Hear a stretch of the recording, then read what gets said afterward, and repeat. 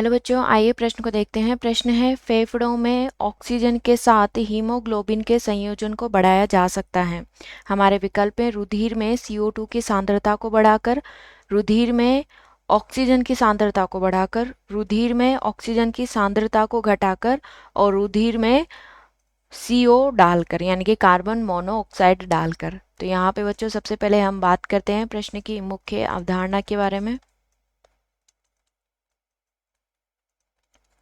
प्रश्न की मुख्य अवधारणा है कि फेफड़ों में ऑक्सीजन के साथ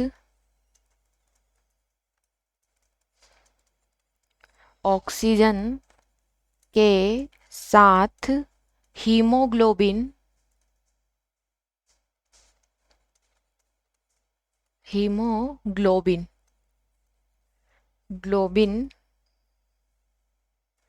का संयोजन बढ़ाने के लिए, ठीक है।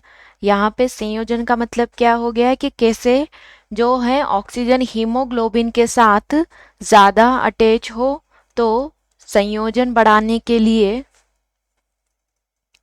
हमें क्या करना चाहिए, ठीक है।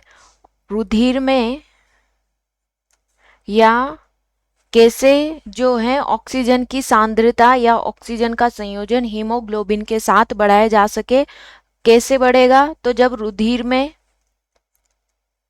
में ऑक्सीजन की सांद्रता घटेगी, रुधिर में ऑक्सीजन की सांद्रता को घटाकर, ठीक है। तो जब रुधिर में ऑक्सीजन कम होगी तो ज्यादा ऑक्सीजन किसके साथ संयोजन करेगी, हीमोग्लोबिन के साथ संयोजन करेगी, ठीक है। तो यहाँ पे विकल्प देख लेते हैं। अपने विकल्प हमें क्या दिए हुए हैं, रुधिर में CO2 की सांद्रता को बढ़ाकर। अगर रुधिर में CO2 की सांद्रता ज्यादा हो जाएगी तो ऑक्सीजन अटैच नहीं हो पाएगी, यानी कि ऑक्सीजन का संयोजन नहीं होगा, तो ये हमारा विकल्प नहीं होगा।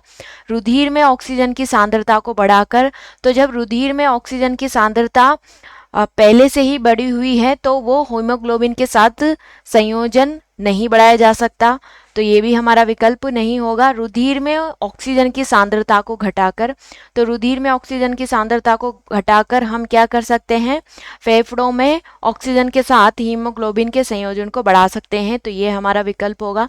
रुधिर में कार्बन मोनोऑक्साइड डालकर, तो कार्बन मोनोऑक्साइड क्या होती है, एक टॉक्सिक गैस होती है, तो इसे हम रुधिर में नहीं डाल सकते हैं, तो ये भी हमारा विकल्प नहीं होगा।